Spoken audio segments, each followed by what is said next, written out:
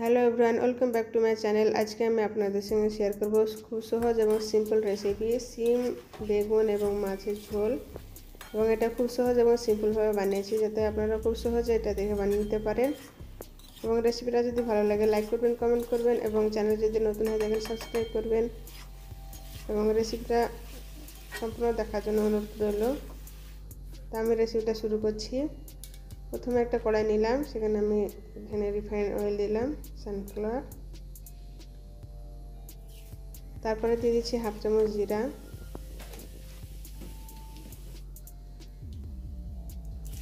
একটা পেঁয়াজ কুচি। পেঁয়াজটাকে আমি একটু ভেজে নেব গোল্ডেন ব্রাউন করে।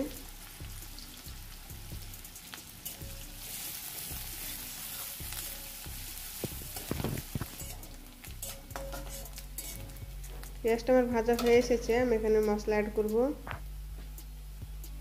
আমি দিয়ে দিচ্ছি এখানে 1.5 চামচ আদা রসুন পেস্ট। আর আমি যে মাছটা আজকে রান্না করেছি, এই মাছটা আমার নাম জানা নেই। আর মাছটা আমি ভেজে রান্না করব না, কারণ হচ্ছে মাছটা খুব তেল ছুটে, সেই জন্যে মশলার সঙ্গে একটু কষিয়ে নেব। এবং খুব সহজ এবং সিম্পলভাবে বানিয়েছি। আদা রসুনটা আমি একটু ভেজে নেব যতক্ষণ না এর কাঁচা গন্ধ চলে যাচ্ছে।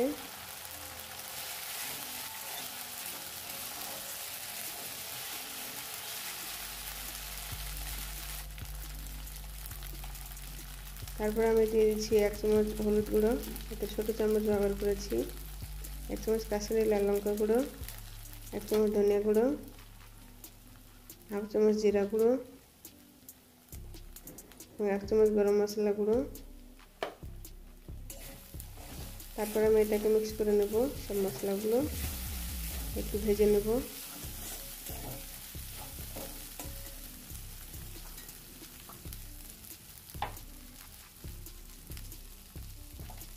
এখানে আমি 2টো ছোটো সাইজের টমেটো আমি ইউজ করেছি।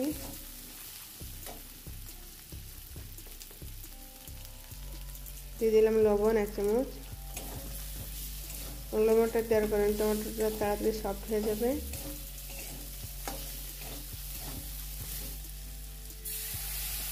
আমি একটু পানি দিয়ে দিচ্ছি, কারণ তলা লেগে গেছে, সেজন্য।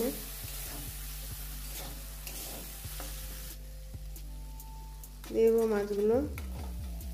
আমি এখানে 2টো মাছ কেটেছি।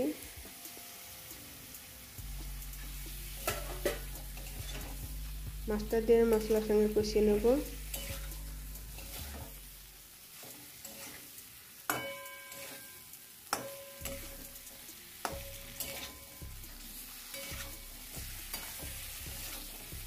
এভাবে আলতোভাবে এটাকে কষিয়ে নিতে হবে।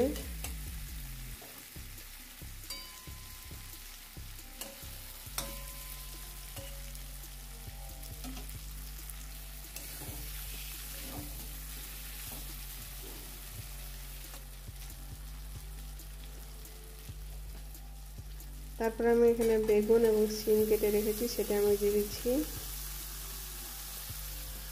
দিয়ে দিলাম ঝালের জন্য কাঁচা লঙ্কা। তারপরে সবগুলো আমি একসঙ্গে কষিয়ে নেব মশলার সঙ্গে।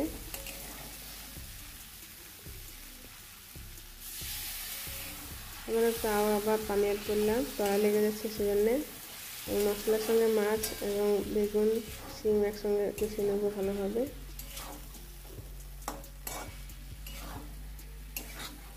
এখন গ্যাসের ফ্লেমটা থাকবে মিডিয়াম টু লো।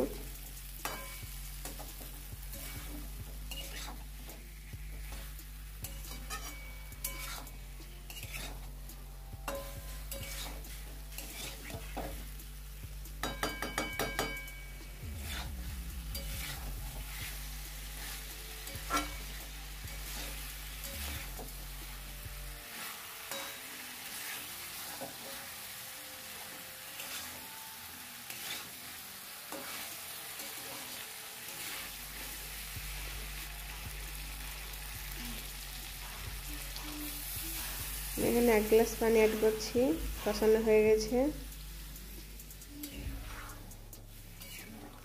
তারপরে ভালোভাবে মিক্স করে দেব।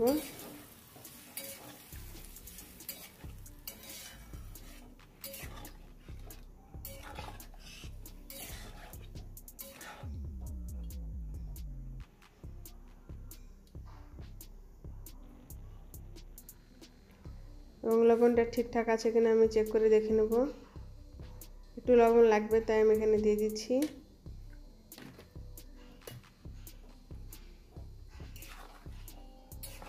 তারপর আবার মিক্স করে দিচ্ছি।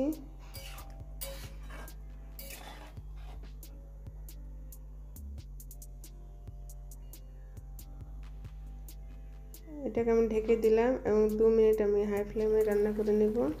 তারপর মিডিয়াম টু লো ফ্লেমে 5 মিনিট রান্না করব, তাহলে আমার রান্নাটা কমপ্লিট হয়ে যাবে।